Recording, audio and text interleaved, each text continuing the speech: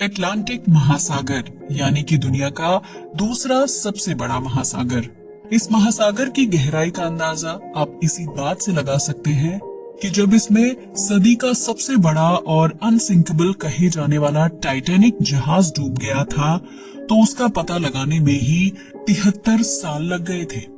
तो अब सवाल ये उठता है कि आखिर अटलांटिक महासागर कितना गहरा है और इसमें टाइटैनिक कितनी गहराई में डूबा हुआ है। जानने के लिए आपको हमारी वीडियो को एंड तक देखना होगा। तो आइए शुरू करते हैं। अटलांटिक महासागर की गहराई जानने से पहले आपको धरती पर मौजूद सभी महासागरों के बारे में जान लेना चाहिए। असल में धरती हमारे सोलर सिस्टम का एकमात्र ऐसा प्लैनेट है जहां पानी है। हमारी धरती के लगभग 70% भाग पर पानी है। वैसे तो धरती पर नदियां, झील और नहरें भी हैं, लेकिन पानी का अधिकांश भाग महासागरों में पाया जाता है। धरती पर 5 महासागर हैं, जिनके नाम हैं आर्कटिक महासागर, अटलांटिक महासागर, प्रशांत महासागर, दक्षिणी महासागर और हिंद महासागर। धरती पर ये पांचों महासागर एक दूसरे से जुड़े हुए हैं, जिन्हें वर्ल्ड ओशन कहा जाता है। इसलिए केवल पहचान के लिए महासागरों के नाम रखे गए हैं। इन्हीं महासागरों में से एक है अटलांटिक महासागर। सभी महासागरों के नाम के पीछे कोई न कोई हिस्टोरिकल रीजन जरूर छुपा हुआ है। जैसे अटलांटिक महासागर का नाम एक यूनानी देवता एटलस के नाम पर पड़ा है। वैसे अटलांटिक ओशन को अंध महासागर भी कहा जाता है। असल में इसे अंध महासागर इसलिए कहा जाता है क्योंकि एक टाइम पर इसमें बहुत सारी दुर्घटनाएं हुआ करती थी, जिस वजह से लोगों में इसको लेकर काफी खौफ था। इसलिए वो इसे अंध या अंधा महासागर कहने लगे थे।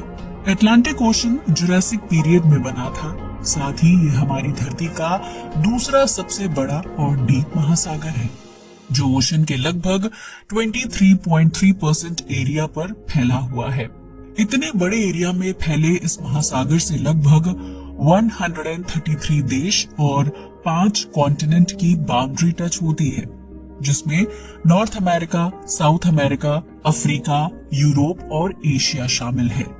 हैरानी की बात तो ये है कि इतने बड़े एरिया पर फैले होने के बावजूद इस महासागर को प्यासा महासागर भी कहा जाता है। असल में इसके पीछे कारण ये नहीं है कि इसमें पानी की कमी है। इसके पीछे का कारण ये है कि इसमें दुनिया की लगभग सबसे बड़ी बड़ी नदियां अपना पानी गिराती हैं, जैसे अमेज़न नदी, नाइजर नदी, मिसिसिपी नदी और कांगो नदी आकर इसमें समा जाती है। यही वजह है कि इसे प्यासा महासागर कहा जाता है। अगर अटलांटिक महासागर की औसत गहराई की बात की जाए तो ये लगभग 3646 मीटर गहरा है, लेकिन इसकी मैक्सिमम गहराई लगभग 8605 मीटर से भी ज्यादा है। अटलांटिक महासागर की एक और खासियत है जो इसे और खास बना देती है। इस महासागर में दुनिया के सभी महासागरों से ज्यादा जलीय प्रजातियां पाई जाती हैं, जिसमें sea lion, penguin, shark, catfish, humpback whale बहुत फेमस हैं। इसके अलावा यहाँ बड़ी बड़ी डॉल्फिन और समुद्री कछुए के साथ साथ दुनिया की सबसे खतरनाक मानी जाने वाली टारपॉन फिश भी पाई जाती है। अटलांटिक महासागर में ही दुनिया का सबसे बड़ा आइलैंड कहा जाने वाला ग्रीनलैंड भी है। एनिमल विविधता के अलावा अटलांटिक महासागर के पानी के टेम्परेचर में भी विविधता देखने को मिलती है। जहां अटलांटिक महासागर का टेम्परेचर पोल के पास -2 डिग्री से भी नीचे चला जाता है, वहीं इक्वेटर के पास इसका तापमान 28 डिग्री तक पहुंच जाता है। वैसे आपको ये तो पता ही होगा कि महासागरों के अंदर ज्वार आता है, लेकिन क्या आप जानते हैं कि दुनिया में सबसे ज्यादा ज्वार कौन से महासागर में आता है? चलिए तब तक आप अपने जवाब को कमेंट सेक्शन में बताइएगा। तब तक हम आपको सही जवाब दे देते हैं। असल में दुनिया में सबसे ज्यादा ज्वार अटलांटिक महासागर में आता है। यहाँ पर 50 फीट तक ऊंचे ऊंचे ज्वार देखने को मिलते हैं। वैसे दुनिया के सबसे गहरे ट्रेंच यानी कि मरियाना ट्रेंच को तो आप जानते ही हैं, लेकिन क्या आपको पता है कि दुनिया का दूसरा सबसे गहरा ट्रेंच कहाँ पाया जाता है? असल में ये भी अटलांटिक महासागर में ही मिलता है। ये इस ओशन के उत्तर में है, जिसका नाम प्यूर्टो रिको ट्रेंच है। इसके अलावा अटलांटिक महासागर में 19 से भी ज्यादा दूसरे ट्रेंच पाए जाते हैं, लेकिन अटलांटिक महासागर के उत्तर में सबसे गहरा ट्रेंच प्यूर्टो रिको ट्रेंच है, जिसकी गहराई 8,376 मीटर है। अटलांटिक महासागर की कोस्ट लाइन काफी लंबी है और इसके तट पर दुनिया के सबसे फेमस और बड़ी शहर हैं, जैसे इंग्लैंड का लंदन, अफ्रीका का केप टाउन, अमेरिका का मियामी और ब्राजील का साओ पोलो शहर। लेकिन क्या आप जानते हैं कि अटलांटिक महासागर में एक ऐसी मिस्ट्री है जिसे आज तक कोई सुलझा नहीं पाया। असल में अटलांटिक महासागर में ही बरमुडा ट्रायंगल नाम की एक जगह है, जिसके आसपास आने वाले जहाज इसके अंदर समा जाते हैं। ये अब तक की सबसे बड़ी मिस्ट्री है, जिसे वैज्ञानिक भी सुलझा नहीं पाए हैं कि आखिर यहाँ से गुजरने वाले जहाज कहाँ जाते हैं। इसका किसी को पता नहीं है। पर सबसे बड़ी हैरानी की बात तो ये है कि बरमुडा ट्रायंगल न केवल जलीय जहाज को बल्कि हवाई जहाज को भी अपना निशाना बना लेता है, और अब तक ना जाने कितने जहाज को बरमुडा ट्रायंगल ने अपने अंदर निगल लिया है। वैसे तो अटलांटिक महासागर के अंदर और भी बहुत सारे राज दफन है, लेकिन एक सबसे बड़ा राज है इसमें डूबा हुआ टाइटैनिक जहाज। टाइटैनिक, जिसे अनसिंकेबल और सदी का सबसे बड़ा जहाज कहा जाता था, और जिसके ऊपर उसके मेकर्स को इतना भरोसा था कि उन्होंने लाइव बोट को भी उस पर रखना जरूरी नहीं समझा था, वो आखिर अटलांटिक महासागर में डूब कैसे गया। असल में इस पूरी कहानी को समझने के लिए आपको पहले टाइटैनिक के बारे में जानना होगा। टाइटैनिक 20वीं सदी में बनने वाला अब तक का सबसे बड़ा जहाज था। ये जहाज किसी आश्चर्य से कम नहीं था, क्योंकि इस समय तक इतने बड़े जहाज को किसी ने देखा तक नहीं था, यात्रा करनी तो दूर की बात है। टाइटैनिक के बारे में कहा जाता था कि इस जहाज को ईश्वर भी नहीं डुबा सकता, क्योंकि इसकी लंबाई 269 मीटर थी और ये पूरा स्टील से बना हुआ था। इसमें 3,300 लोग ठहर सकते थे, और इसकी एक सबसे बड़ी खासियत ये थी कि इसमें हाई क्लास लोगों के साथ साथ आम लोग भी सफर कर सकते थे। हाँ, यकीनन टाइटैनिक में उनके लिए अलग अलग इंतजाम किए गए थे। साथ ही इस जहाज में सफर करने वाले हाई क्लास लोगों के लिए ये किसी 5 स्टार होटल से कम नहीं था। इस जहाज ने 1912 में अपनी पहली यात्रा शुरू की थी, पर अनसिंकेबल होने के बावजूद ये जहाज अपनी पहली यात्रा को भी पूरी नहीं कर पाया और अटलांटिक महासागर की भेंट चढ़ गया। असल में जब टाइटैनिक ने अपनी यात्रा शुरू की थी तो एक बहुत बड़ा आइसबर्ग अचानक इसके सामने आ गया था।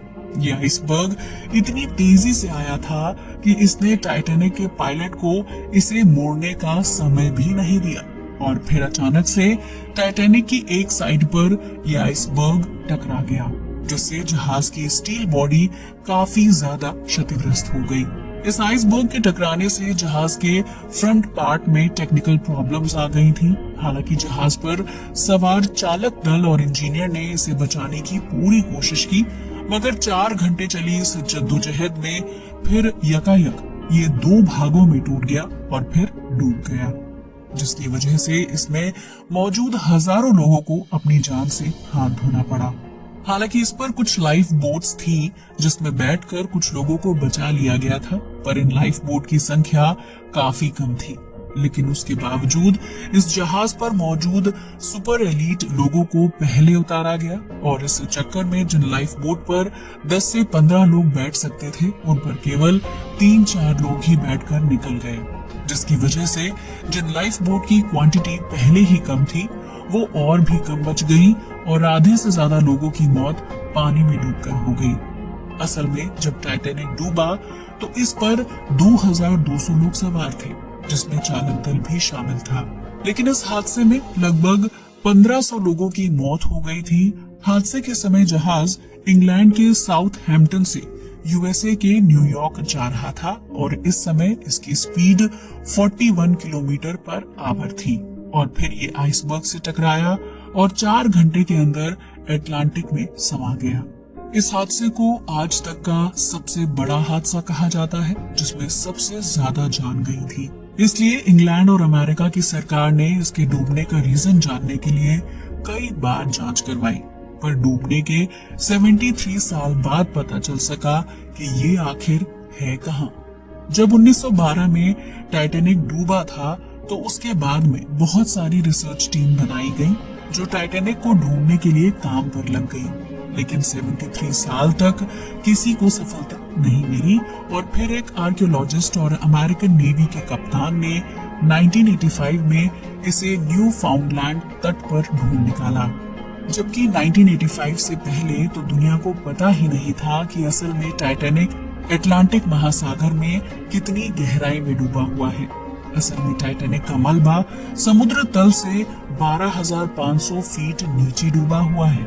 आसान भाषा में आप इसे ऐसे समझ सकते हैं कि ये गहराई लगभग उतनी ही है जितने में बुर्ज खलीफा 4.5 बार आ सकता है। जब टाइटैनिक को ढूंढ निकाला गया तब लोगों के सामने एक दिल दहला देने वाला सच आया कि जब टाइटैनिक डूब रहा था तो ये सही सलामत था, और अगर इसे समय रहते किसी दूसरे जहाज से इमरजेंसी हेल्प मिल जाती तो शायद जहाज पर मौजूद बाकी लोगों को भी बचाया जा सकता था। लेकिन ऐसा हो नहीं सका और ये 2 भाग में टूट गया और समुद्र की गहराइयों में समा गया। वहीं एक दूसरी रिसर्च से पता चलता है कि ये जहाज डूबने से पहले ही 2 भागों में टूट चुका था। बात चाहे जो भी हो, लेकिन सच बात तो ये है कि ये डूब चुका है। वैसे टाइटैनिक के डूबने से एक बात तो समझ में आती है कि कभी भी किसी को घमंड नहीं करना चाहिए, क्योंकि वो घमंड ही था जिसने टाइटैनिक जैसे जहाज को भी डुबो दिया। एक्चुअली में जब टाइटैनिक अटलांटिक महासागर से गुजरा तो उससे पहले एक और जहाज वहां से गुजरा था, जिसने टाइटैनिक को वायरलेस से खबर दी थी कि एक बड़ा हिमखंड उसकी तरफ बढ़ रहा है। लेकिन टाइटैनिक में सवार लोगों और इसके चालक दल को लगता था कि ये तो कभी डूब ही नहीं सकता। और फिर हुआ वही, जो आता है वो चला जाता है, और टाइटैनिक भी चल बसा। लेकिन अफसोस की बात है कि टाइटैनिक तो अपनी पहली यात्रा में ही चल बसा, पर उसके साथ चल बसे वो 1500 मासूम लोग जिनकी कोई गलती भी नहीं थी, और उनके पीछे ना जाने कितने लोग रह गए जो कभी अपने फैमिली मेंबर्स और रिश्तेदारों को नहीं देख पाएंगे। वैसे आपकी टाइटैनिक और अटलांटिक महासागर के बारे में क्या राय है, हमें कमेंट करके बताना ना भूलिएगा। साथ ही अगर आपको वीडियो अच्छा लगा हो तो इसे लाइक और शेयर करें और हमारे चैनल को भी सब्सक्राइब करें। जय हिंद दोस्तों।